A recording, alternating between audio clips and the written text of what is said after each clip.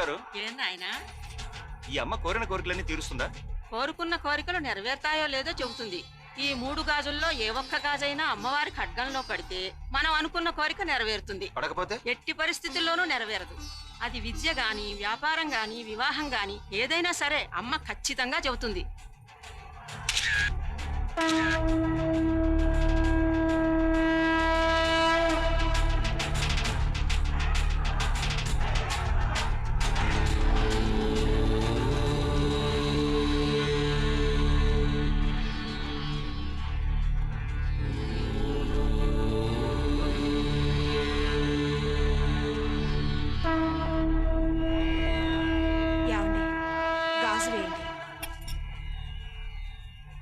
అమ్మా, మాకు పిల్లలు పుట్టేలా దీవించు.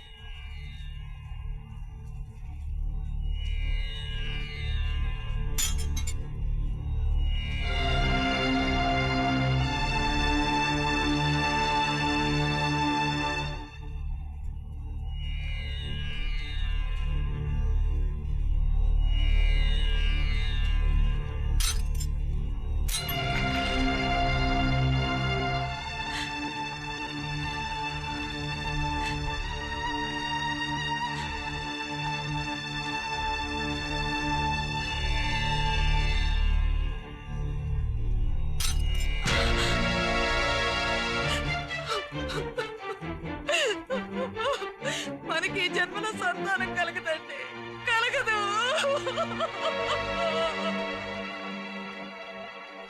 అదేంటి సార్, చదువుకున్నాడు మీకు కూడా మూఢనమ్మకాలేంటి? గాజులు పడకపోయినంత మాత్రం నా పిల్లలు పట్టుకుండా పోతారా? అమ్మ చెప్పింది నిజమయ్యా. ఇక మాకు లైఫ్లో పిల్లలు పుట్టరు. ఎందుకంటే మా ఆవిడకి గర్భసంచి లేదు. ఆ విషయం ఆవిడకి తెలియదు. తెలిస్తే వంశం కోసం నన్ను ఇంకో పెళ్లి చేసుకోమంటుంది. నేను కాదు అంటే తన ఆత్మహత్య చేసుకుంటుంది. ఆమెను నేను ప్రేమించి పెళ్లి చేసుకున్నాను. నా భార్య అంటే నాకు ప్రాణం. అందుకే ఆ భార్య మీద అమ్మవారి మీద నెట్టేసి ఆ దేవతే మనకు పిల్లలు లేకుండా చేసిందని చెప్తే కాస్తైనా ఓదార్పుగా ఉంటుంది.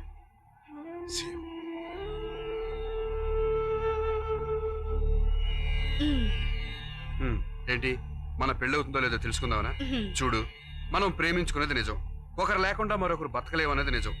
ఈ గాజులు అమ్మవారి ఖడ్గంలో పడినా పడకపోయినా 100% మన మ్యారేజ్ జరుగుతుంది. ఓకే? అలా అనుకు వంశీ.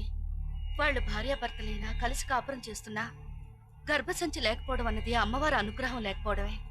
మనం ఎంత ప్రేమించుకున్నా అమ్మవారి దీవెనలు కూడా ఉంటే ధైర్యంగా ఉంటుంది.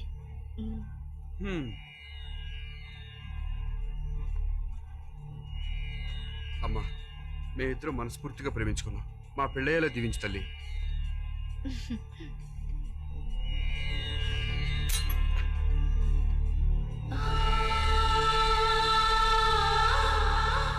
డోంట్ వరీ, వేసింది ఒక గాజే, ఇంకా 2 ఉన్నాయి.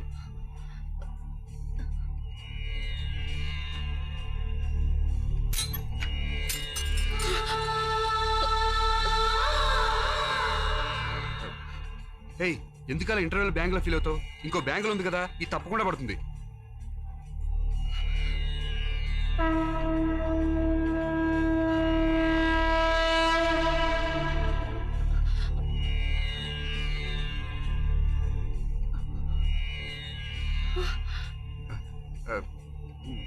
నీ టెన్షన్ చూసి నాకు షేక్ వచ్చింది. నువ్వు నన్ను ప్రేమించేది నిజమైతే ఈ గాజు తప్పకుండా పడుతుంది. అంటే పడకపోతే నా ప్రేమ యాక్టింగేనా? అవును. ఎంత పరీక్ష పెట్టావు తల్లి. అమ్మా భవానీ, నేను మహాలక్ష్మిని ప్రేమిస్తున్నది నిజం. నిజంగా నువ్వు దేవత అన్నది నిజమైతే ఈ గాజుని కళ్ళు మూసుకుని వేస్తున్నాను. దీన్ని నీ దగ్గరకు చేర్చుకోవాల్సిన బాధ్యత నీదే.